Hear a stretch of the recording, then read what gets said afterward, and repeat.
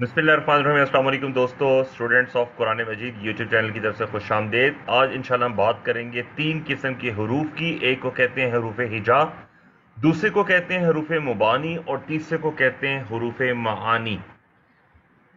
हरूफुल हिजा कहते हैं अल्फ़ाबेट्स को, हरूफ तहज्जी को। जब हम हरूफ को उनके नामों से शुमार करते हैं तो इस वक्त हरूफुल हिजा कहते हैं, जैसे बा, लाम, स्वाद वगैरह।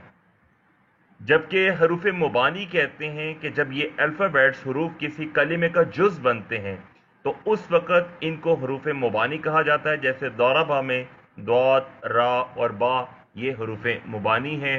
जबकि हरूफ मुआनी कहा जाता है कि जब अल्फ़ाबेट्स का कोई मानी होता है तो वो हरूफ मुआनी कहलाते हैं।